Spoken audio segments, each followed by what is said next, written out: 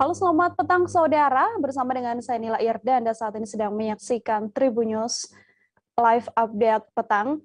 Seperti biasanya, kami akan menyajikan beragam informasi teraktual dan juga menarik yang akan dilaporkan secara langsung oleh reporter lapangan kami. Kita jelang Live Update Petang selengkapnya. Kita awali dengan informasi yang pertama, saudara. Beredar di media sosial adanya tayangan video berdurasi 31 detik yang menunjukkan aksi tawuran pelajar di perlintasan kereta api pada Rabu 1 Juni kemarin.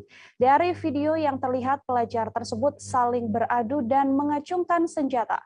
Diduga lokasi tawuran tersebut berada di Desa Sukamantri, Kecamatan Cisaat, Kabupaten Sukabumi. Letak lokasi aksi tawuran ini bisa dikatakan jauh dari permukiman warga. Hanya ada satu bangunan sekolah yang membelakangi lokasi kejadian. Untuk mengetahui bagaimana informasi selengkapnya terkait beredarnya video tawuran ini, saudara, sudah ada wartawan Tribun Jabar, ada Dian Herdiansyah, yang sudah tersambung bersama dengan kami dan akan memberikan informasi lebih lengkapnya untuk Anda. Halo, selamat petang Dian, silakan dengan laporannya. Selamat petang, terima kasih Nila. Baik, berdasarkan informasi yang kami peroleh, setelah melakukan penelusuran bahwa telah terjadi tawuran antar pelajar diduga SMP dari wilayah Kecamatan Cisaat dan wilayah Gunung Guru. Setelah kita lakukan penelusuran, ternyata informasi tawuran itu terjadi pada Selasa sore, tepatnya di Jalan Kereta Desa Sukamantri, Kecamatan Cisaat, Kabupaten Sukabumi.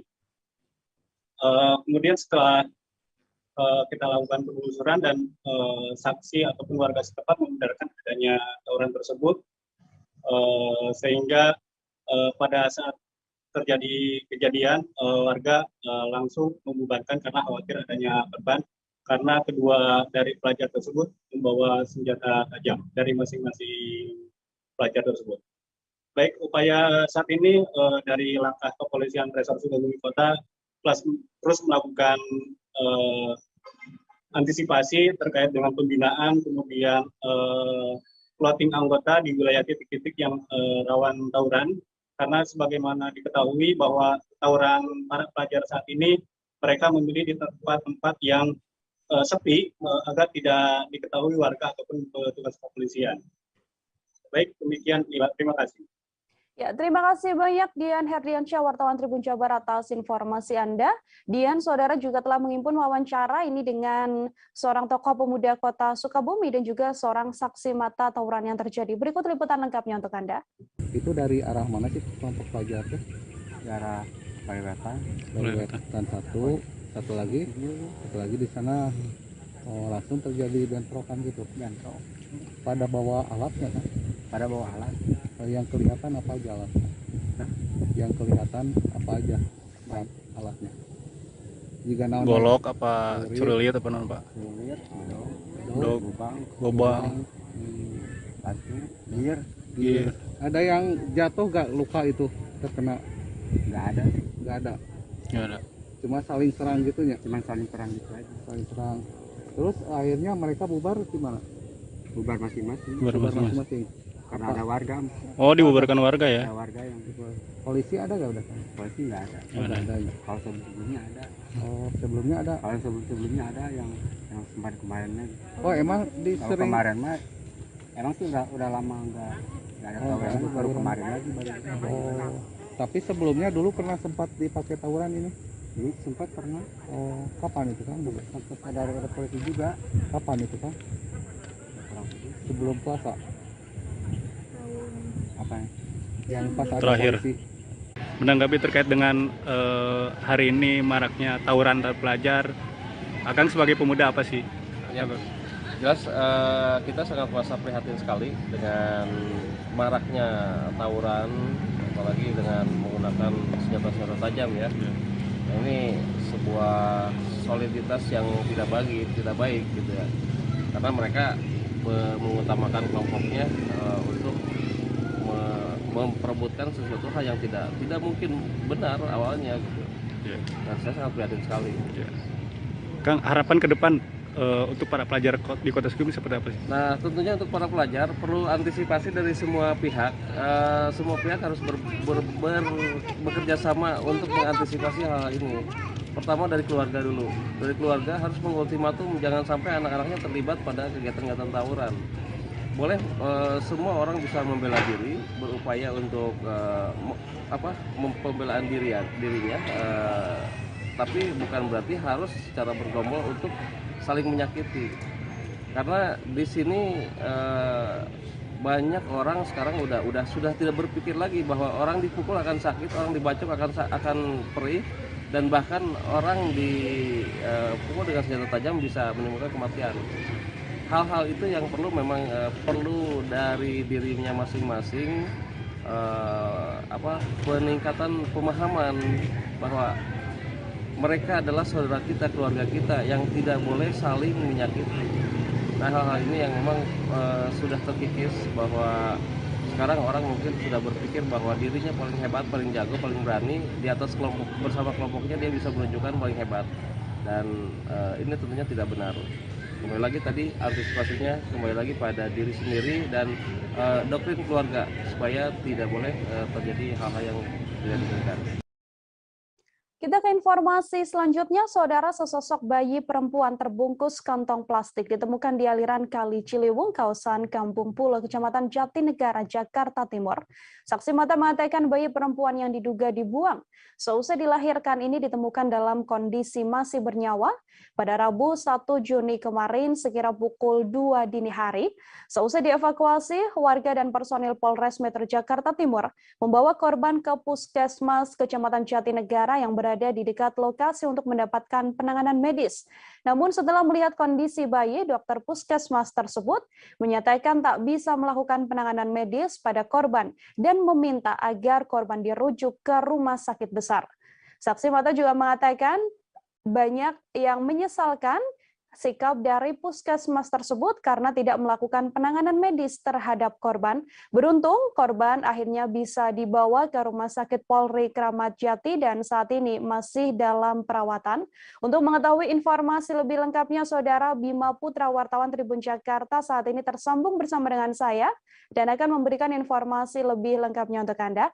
Halo, selamat petang Bima. Bisa diinformasikan bagaimana kronologis kejadian, kemudian kondisi korban saat ini seperti apa? Silahkan. Iya, selamat petang. Dapat saya sampaikan bahwa penemuan bayi berjenis kelamin perempuan ini berawal ketika adanya tukang potong ikan di aliran Kali Ciliwung yang sedang beraktivitas.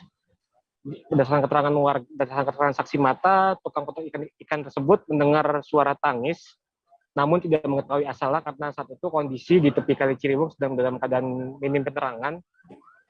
Sehingga akhirnya tukang potong ikan itu melaporkan temuan kepada warga sekitar yang sedang berjaga. Setelah warga sekitar yang sedang berjaga turun menyusuri tepi Kali Ciliwung, mereka mendapati bahwa terdapat gerakan dari satu bungkusan plastik hingga akhirnya bungkusan plastik tersebut diangkat dan ditemukan bayi berjenis kelamin perempuan dalam keadaan tali pusar masih menempel di perutnya. Oleh warga sekitar, temuan tersebut lalu dilaporkan lebih lanjut ke jajaran Polres Metro Jakarta Timur yang segera datang dan turut mengamankan korban. Warga dan anggota Polres Metro Jakarta Timur sempat membawa korban ke Puskesmas Kecamatan Jatinegara dekat dari lokasi kejadian untuk mendapat penanganan medis awal. Namun oleh pihak Puskesmas berdasarkan keterangan warga bahwa pihak Puskesmas menyatakan kondisi korban terlampau buruk dan tidak dapat ditangani di tingkat Puskesmas. Selain itu alasan lainnya karena korban merupakan kasus kriminal. Dalam hal ini yang dimaksud bahwa korban jadi korban pembuangan oleh orang tuanya. Atas hal itu Puskesmas Jatinegara meminta agar anggota Polres Metro Jakarta Timur membawa korban ke rumah sakit yang lebih besar. Setelah akhirnya dibawa ke rumah sakit Polri Kramat Jati, korban dalam kondisi selamat. Berdasarkan keterangan Kepala Rumah Sakit RS Polri Kramat Jati, Brigjen Pol Haryanto, bahwa saat tiba di Rumah Sakit RS Polri Kramat Jati Rabu dini hari kemarin, kondisi korban dalam keadaan mengalami sesak napas dan sejumlah luka di bagian dahi, muka, dan punggung. Namun setelah dirujuk maksudnya dipindahkan dari ruang UGD ke ICU. Kondisi korban hingga sore hari ini sudah berangsur membaik, namun masih dirawat di ruang ICU untuk penanganan lebih lanjut hingga waktu yang belum bisa ditentukan. Tim dokter RSPOD Kramat Jati mengerahkan sejumlah dokter spesialis, tim gabungan berisikan dokter spesialis anak, forensik, ahli bedah hingga spesialis DNA untuk melakukan penanganan medis terhadap korban dan membantu proses penyelidikan hingga penyidikan yang dilakukan jajaran Satreskrim Polres Metro Jakarta Timur. Berdasarkan informasi terbaru yang dihimpun disampaikan oleh Kanit PPA Polres Metro Jakarta Timur, itu Sri Yatmini, bahwa pihaknya sudah mengamankan ibu kandung sekaligus pelaku dari yang membuang bayi tersebut. Terduga pelaku merupakan perempuan berinisial MS berusia 19 tahun. MS diamankan di RSCM Jakarta Pusat saat sedang melakukan pengobatan mandiri akibat perdarahan yang dialaminya sewaktu melahirkan. Namun untuk sementara MS belum ditetapkan sebagai tersangka karena masih belum bisa dilakukan pemeriksaan lebih lanjut karena masih dirawat inap di RSCM. Tim jajaran penyidik dari unit PPA Polres Metro Jakarta Timur hingga kini masih terus berkoordinasi dengan tim dokter RSCM terkait penanganan lebih lanjut. Untuk bayinya sendiri, berdasarkan keterangan warga, sempat dimenangkan azan oleh Office Boy Polres Metro Jakarta Timur, dan ketika itu bayi yang sebelumnya ditemukan dalam keadaan luka mengalami cukup pendarahan dan kedinginan karena ditemukan di kali Ciliwung sempat tersenyum. Hal ini seketika membuat warga dan anggota Polres Metro Jakarta Timur senang. Demikian yang bisa saya laporkan. Ya, terima kasih banyak Bima Putra, wartawan Tribun Jakarta melaporkan, saudara, dan wartawan kami juga telah menghimpun wawancara dengan seorang saksi mata yakni Nasrul. Berikut liputan lengkapnya untuk Anda. Motong-motong ikan sapu-sapu yang biasa ngejaring kali itu, Bang. Oh. Nah, dia mendengar suara macam kayak kucing. Tahunya dia juga ragu kan. Akhirnya belum ditelusuri mah dia naik ke atas, manggilin lah kawan-kawan saya nih. Manggil warga. Terus akhirnya dia minta pertolongan, dia takut sendiri ya kan. Akhirnya rame-rame lah ke sini. Nah, teman-teman saya pun juga nggak langsung turun ke bawah. Lihatlah dari sini nih. Dari sini dilihat ke bawah, diperhatiin. Ternyata itu kantong plastik itu bener apa adanya ya kan. Itu tuh keluar suara. Penasaran, turunlah ke sini ya kan. Iya. Bang sini Bang. Nah, turun ini sampai di bawah sini diperhatiin lagi. Ternyata plastik itu bergerak. Nah, jadi kan satu suara, keduanya turun, begitu turun dengar suara, ya kan, suara bayi sama pergerakannya. Langsunglah saya ke bawah. Oh, plastik itu gerak-gerak ya? Iya. Terus pas abang cek? Pas dicek, berapa teman saya ke sini turun, ada kurang lebih 4 orang ya kan. Yeah. Bukalah tuh kantong plastik hitam. Ternyata keluarlah tuh bayi. Itu keluar bayi langsung nggak banyak bicara anak-anak, bawalah ke atas. Yeah. Itu anggota pertama. Ada polisi juga Bang? Ada. Langsung dari Polres. Yeah. Langsung dia minta langsung tujuannya ke Puskesmas samping Polres. Iya. Yeah. Menujulah ke sana, nggak langsung ke Polres tapi langsung ke Puskesmas. Laporan sama security, Pak minta tolong, ini ada korban seorang bayi, kata Pak Dona nih, orang Polres nih. Ya udah Pak, silakan Pak ke dalam, karena ada dokter di dalam. Ya anterin lah Pak security ke dalam. Akhirnya Pak security yang di dalam dipanggil lah tuh dokter, keluarlah dari tenda, ya kan? Minta pertolongan untuk malam itu ya. Ternyata yang orang dokter itu bilang ini bukan tugas di sini. Kalau bisa bawa ke rumah sakit besar. Kalau memang benar kemanusiaannya ada. Seluruh pembalap Formula E, saudara, telah diperkenalkan saat Meet and Greet Jakarta E-Prix 2022 di Monas, Jakarta Pusat pada hari ini. Kedatangan seluruh pembalap ini pun disambut oleh Gubernur DKI Jakarta Anies Baswedan yang hadir dalam acara tersebut. Mengenakan kemeja hitam, orang nomor 1 di DKI Jakarta ini kembali membahas tujuan penyelenggaraan ajang balap mobil listrik ini. Ia mengatakan Formula E di Jakarta untuk mewujudkan dan mendorong keberlangsungan eksistensi kendaraan listrik secara berkelanjutan. Kejuaraan dunia Formula E ini akan hadir di Indonesia, tepatnya di Kota Jakarta. Jadwal Formula E akan berlangsung pada Sabtu 4 Juni mendatang di Jakarta International E-Prix Circuit, Ancol, Jakarta Utara. Untuk mengetahui bagaimana informasi selengkapnya dan bagaimana suasana pada saat meet and greet pembalap Formula E ini, Saudara, Nur Indah Farah Audina, wartawan Tribun Jakarta, tersambung bersama dengan saya dan akan memberikan informasi lebih lengkapnya untuk Anda. Halo, selamat petang Indah. Bisa diinformasikan bagaimana suasana meet and greet yang digelar pada hari ini? Silakan dengan laporannya. Baik, Nila dan rekan Tribun, bisa saya sampaikan bahwa menjelang perhelatan Formula E pada 4 Juni 2022 mendatang atau tepatnya pada hari Sabtu, pada hari ini telah dilaksanakan meet and greet Formula E yang berlangsung di Monas, Jakarta Pusat, di mana meet and greet ini sebagai rangkaian acara untuk memperkenalkan para pembalap Formula E sebelum mereka bertanding nantinya pada hari Sabtu. Kemudian kedatangan seluruh pembalap ini juga disambut sumringah oleh Gubernur DKI Jakarta Anies Baswedan yang mengenakan kemeja hitam.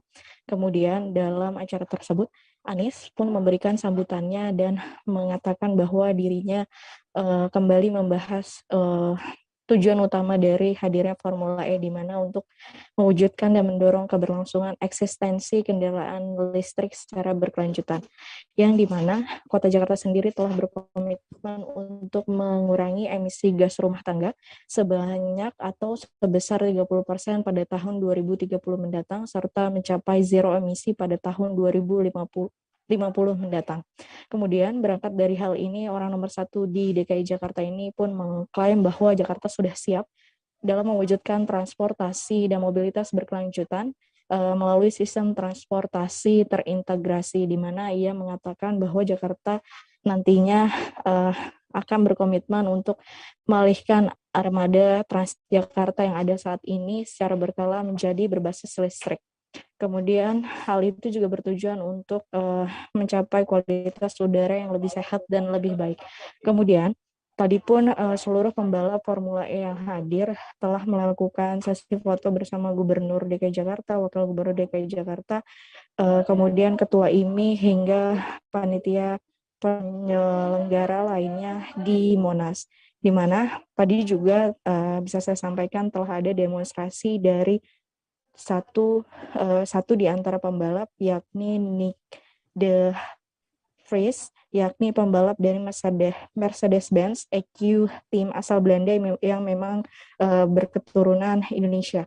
Nick sendiri mengatakan bahwa ia memiliki darah Indonesia dari sang kakek, dan ia mengaku seluruh keluarganya harus pindah lantaran untuk menghindari perang yang ada di Indonesia dan berpindah ke Belanda. Kemudian ada pun pertanyaan kepada Nick, di mana ia menyebut bahwa menyukai makanan Indonesia, yakni lemper. Kemudian ia juga mengatakan makanan lainnya seperti pisang goreng yang memiliki cita rasa yang enak.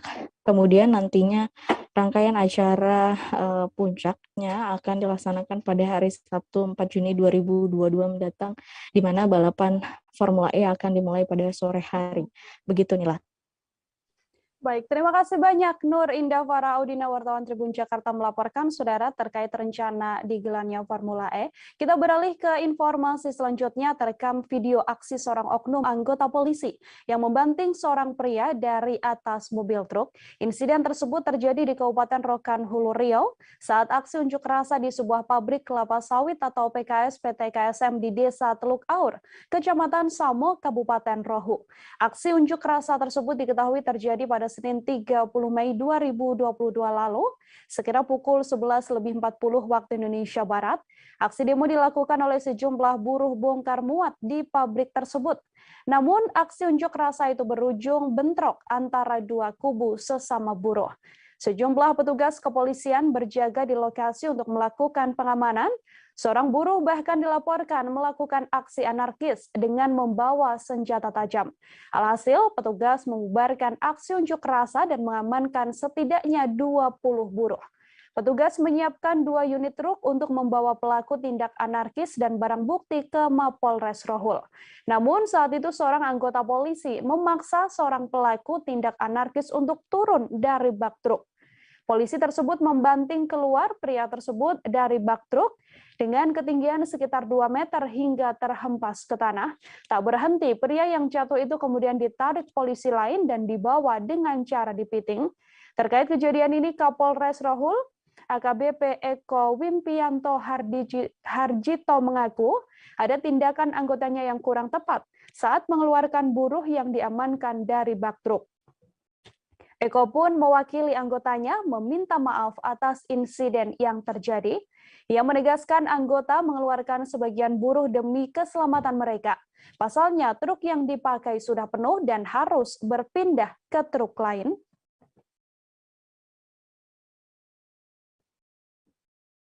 Video TikTok seorang wanita, saudara, viral seusai ia membagikan cerita kala mengunggah keadaan tengah memasang kateter urin pada seorang pasien laki-laki. Akun TikTok yang mengunggah video tersebut yakni akun @moditabok yang diduga dimiliki seorang mahasiswi. Dari hasil penelusuran didapati bahwa perekam adalah mahasiswi Universitas Aisyah atau Unisa Yogyakarta yang sedang melakukan praktik klinik atau magang. Diketahui bahwa video yang dibuat perawat wanita ini ada di RSUD Wonosari, Yogyakarta. Pihak RSUD Wonosari pun telah mengklarifikasi bahwa sosok tersebut bukan pegawainya, namun merupakan seorang mahasiswi praktik. Melalui keterangan resminya, pihak Unisa Yogyakarta juga membenarkan sosok wanita dalam video tersebut. Pihak Unisa Yogyakarta juga mengungkapkan bahwa mahasiswi itu telah ditegur dan diperingatkan. Kini nilai mahasiswi itu juga dipertaruhkan. Pasalnya ia kini ditarik dari tempat praktik klinik dan tak boleh lagi menjalani praktik. Mahasiswi tersebut juga terancam sanksi dan akan disidang oleh Direktur dan Kadiklat Rumah Sakit, Kepala Biro Humas dan Protokol Unisa Yogyakarta Sinta Mahan. Pihak mahasiswa dan akan mendapatkan sanksi tegas sesuai aturan dan ketentuan akademik. Dirinya mengatakan pihak kampus juga akan memberikan skorsing hingga sanksi terberat, yakni penundaan kelulusan profesi nurse. Terdakwa kasus dugaan kekerasan terhadap YouTubers MKC yakni Irjen Napoleon Bonaparte Saudara mengaku memiliki video kebohongan kesaksian KC pada persidangan sebelumnya. Hal ini disampaikan Napoleon buntut tidak hadirnya MKC dalam sidang lanjutan pada Kamis 2 Juni hari ini karena alasan sakit. Majelis Hakim Pengadilan Negeri Jakarta Selatan menunda sidang lanjutan dengan agenda mendengarkan keterangan MKC sebagai saksi korban karena KC berhalangan hadir. Dalam pernyataannya, Napoleon mengaku belum mau memberikan keterangan apa isi dari video tersebut. Ia meminta waktu dan berjanji bahwa video itu akan diputar saat KC hadir di persidangan nanti. Napoleon dengan santai mengatakan bahwa video yang dimilikinya akan menjadi surprise bagi MKC. Rencananya, KC baru akan mendatangi sidang pada pekan depan. Dalam surat yang dikirimkan KC, ia menyertakan rekam medis bahwa KC sedang dirawat karena batu ginjal dan penyakit syaraf. Sementara itu, Majelis Hakim memutuskan sidang lanjutan ini harus ditunda hingga pekan depan pada Kamis 9 Juni. Dalam persidangan pada Kamis 19 Mei kemarin, KC yang sedang duduk sebagai saksi juga mengeluh gula darah naik dan tidak bisa melanjutkan pemeriksaan di persidangan. Pada sidang tersebut, sidang juga akhirnya tak dilanjutkan hakim karena kondisinya tak memungkinkan. Berikut ini adalah wawancara lengkap yang dilakukan oleh Irjen Pol Napoleon Bonaparte. Telah dihadirkan sebagai saksi pertama 2 minggu lalu. Dia sudah kelihatan tersudut dengan beberapa fakta-fakta persidangan sehingga saya tidak tahu, mudah-mudahan betul-betul sakit. Tapi kalau nyakit itu memang udah kebiasaan dia. Ini suatu hal yang dapat kita perkirakan juga bukan dia sendiri yang bermain, tetapi ada pengaruh dukungan dari orang-orang kelompok pendukungnya. Ya. Apakah hal ini akan dibiarkan terus oleh penilaian penguasa? Sehingga tetap memberi peluang kepada para penista agama untuk selalu tetap merusak persatuan dan kesatuan bangsa umat beragama. Ya. Ini bukan retorika. Kenyataan sosial di masyarakat. Kita lihat komentar-komentar publik itu sudah menunjukkan suatu sikap saling mencurigai dan ada unsur kebencian dalam masyarakat antara umat beragama. Kalau tidak percaya, silakan lihat konten-konten yang ada di media, itu sudah menunjukkan. Kasus calon Bintara Polri, Fahri Fadilah Nur Rizky yang protes karena namanya tiba-tiba hilang dari daftar kelulusan menemui titik terang. Dari fakta kepolisian diketahui bahwa Fahri tak lolos karena tidak memenuhi syarat karena buta warna parsial. Anggota Komisi 1 DPR RI Hillary Brigita Lasut yang sempat bersikeras pun akhirnya menerima keputusan tersebut seusai menerima bukti video dari kepolisian. Seusai menerima penjelasan kepolisian, Hillary sempat berusaha mempertahankan argumennya dengan hasil second opinion rumah sakit lain. Apalagi Hillary melihat bahwa Fahri ada di posisi 35 yang harusnya capable untuk diloloskan. Namun setelah perjalanan panjang, akhirnya Hillary mengungkap Fahri memang terbukti mengalami buta warna parsial. Dalam unggahan terbarunya, @Hillary Brigita pada Kamis 2 Juni, ia menuliskan bahwa proses rekrutmen Fahri sudah berjalan profesional. Hillary juga mengatakan Fahri perlu berpikir keras untuk menjawab dalam tes buta warna. Kini Hillary langsung menawarkan Fahri untuk melanjutkan pendidikan dengan beasiswa. Bahkan Hillary juga menawarkan tunjangan, kelas bahasa dan persiapan tes, hingga rekomendasi pekerjaan sesuai kondisi kesehatannya. Pihak Polda Metro Jaya sudah mengatakan bahwa Fahri tak diloloskan karena tidak memenuhi syarat karena buta warna parsial. Bahkan polisi juga menyebut Fahri lolos tes buta warna karena sudah menghafal buku tes. Hillary mengaku ia juga sudah mendapatkan video pemeriksaan yang dikirimkan senior Komisi 3 pada dirinya. Namun faktanya memang Fahri belum memenuhi syarat dan standar untuk bisa diloloskan. Kombes Pol Langgeng Purnomo, Kepala Biro SDM Polda Metro Jaya juga telah memberikan pernyataannya. Berikut liputan lengkapnya untuk Anda. Bahwa supervisi Bintara Polri ini sebelum mengikuti pendidikan pembentukan merupakan satu rangkaian tahapan seleksi, satu rangkaian manajemen. Jadi di awal ada pemeriksaan kesehatan satu sampai dengan itu sampai dengan tahap akhir. Sebelum mengikuti pendidikan terdapat supervisi. Jadi supervisi dari Panpus ini merupakan langkah itu cek terakhir menyangkut aspek kesehatan, administrasi dan lain-lain. Dan hasilnya pun pada setiap tahun pasti ada temuan. Bukan hanya buta warna, ada kalanya itu tinggi badan.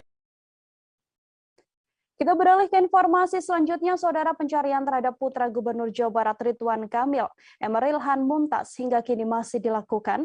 Direktur Perlindungan WNI Kemlu RI menuturkan berbagai upaya maksimal dilakukan, termasuk dengan menerjunkan beberapa tim pencari. KBRI diketahui sudah berkomunikasi dengan pemerintah Swiss. Berbagai upaya dilakukan untuk mencari Eril, diantaranya adalah pencarian intensif dengan metode patroli darat, perahu, dan juga drone.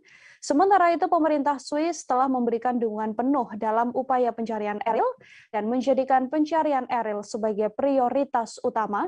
Tak hanya pihak terkait di Bern, pihak orang tua Eril juga turut mencari keberadaan sang anak secara mandiri.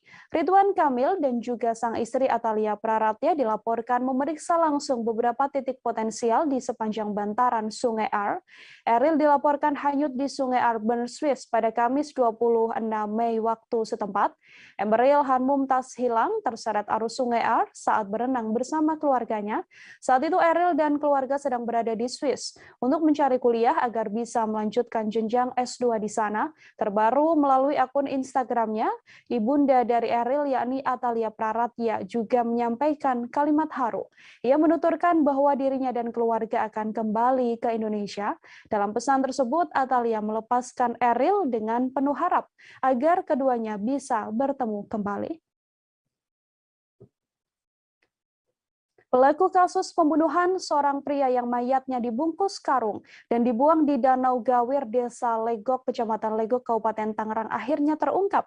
Kedua pelaku menghabisi nyawa korban diduga karena sakit hati setelah korban ingin membayar kakak pelaku untuk berhubungan badan. Cekcok keduanya ini terjadi saat pelaku dan korban sedang sama-sama menonton video asusila. Korban pembunuhan adalah Suherlan 59 tahun, sementara pelaku yakni SY 35 tahun dan juga MYM 18 tahun.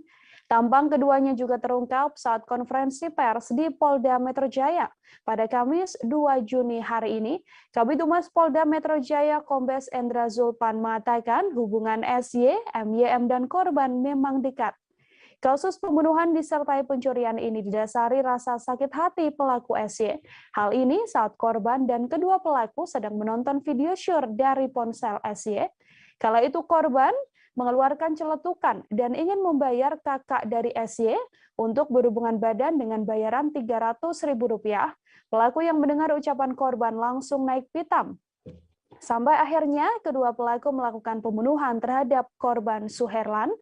Korban dihabisi oleh kedua pelaku di rumahnya di Kampung Dukuh Pinang, Bojong Nangka, Kelapa II, Kabupaten Tangerang. Jasad korban kemudian dibungkus karung putih dan dibuang ke Danau Gawir, Kecamatan Legok, Kabupaten Tangerang, sampai akhirnya jasad korban mengambang dan ditemukan oleh warga sekitar pada Selasa 31 Mei 2021 siang.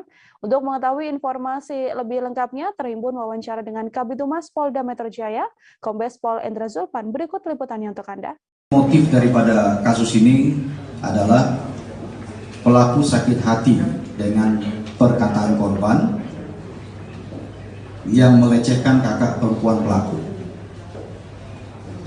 Kemudian kronologis terkait dengan kasus ini bisa saya sampaikan sebagai gambaran kepada teman-teman sekalian bahwa pada saat sebelum terjadinya tindak pidana, pelaku SY dan juga MYM ini bersama dengan korban Suherlan berkumpul di rumah korban pada tanggal 29 Mei 2022 pukul 08.30 waktu Indonesia bagian Barat. Kemudian mereka di situ ngopi bersama, kemudian juga menonton video porno yang berasal dari HP pelaku SY.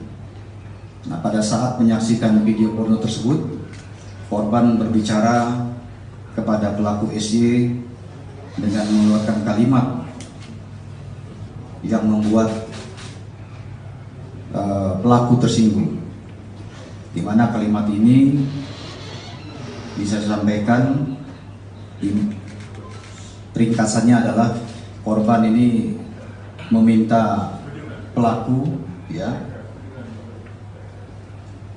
untuk kiranya menawarkan kepada kakak korban, mau nggak 300.000 dipakai oleh pelaku.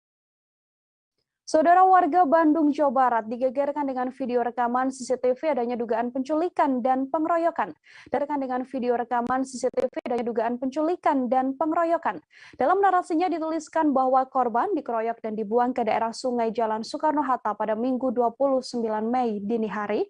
Melalui keterangan yang viral di akun sekitar Bandung.com dituliskan bahwa penculikan dan penganiayaan ini menimpa adik dari Ugi Farid. Pada Minggu 29 Mei sekira pukul 4.50 waktu setempat, korban dilaporkan dianiaya di Jalan Insinyur Haji Juanda atau Dago, Kota Bandung. Namun saat dikonfirmasi pihak kepolisian ternyata membantah kabar tersebut. Kasubag Humas Polrestabes Bandung, Kompol Rahayu Mustika Ningsih mengatakan, informasi yang beredar ternyata sebuah rekayasa dan informasi bohong. Remaja asal Bumi Orange Bandung itu sengaja merekayasa seolah-olah menjadi korban penculikan dan pengeroyokan karena sudah mabuk berat dan takut dimarahi orang tuanya. Orang tua dari remaja itu sempat datang ke Polrestabes Bandung melaporkan kejadian yang menimpa anaknya. Pria yang mengaku diculik, rupanya ketakutan hingga nekat membuat rekayasa. Remaja tersebut berbohong pada orang tuanya saat pamit hendak keluar di sekitaran kompleks rumah bersama teman-temannya. Namun ternyata Ia mabuk berat hingga menendang beberapa orang yang sedang nongkrong di kawasan Dago dan terlibat perkelahian. Kejadian ini kemudian direkayasa seolah-olah dirinya telah menjadi korban pengeroyokan dan penculikan. Remaja tersebut pun akhirnya berterus terang pada orang tuanya. Informasi tadi, saudara, sekaligus menutup perjumpaan kita dalam live update kali ini. Jangan lupa saksikan informasi teraktual lainnya hanya di kanal YouTube Tribun Network. Senila Irda beserta kru yang bertugas pamit undur diri. Terima kasih dan sampai jumpa.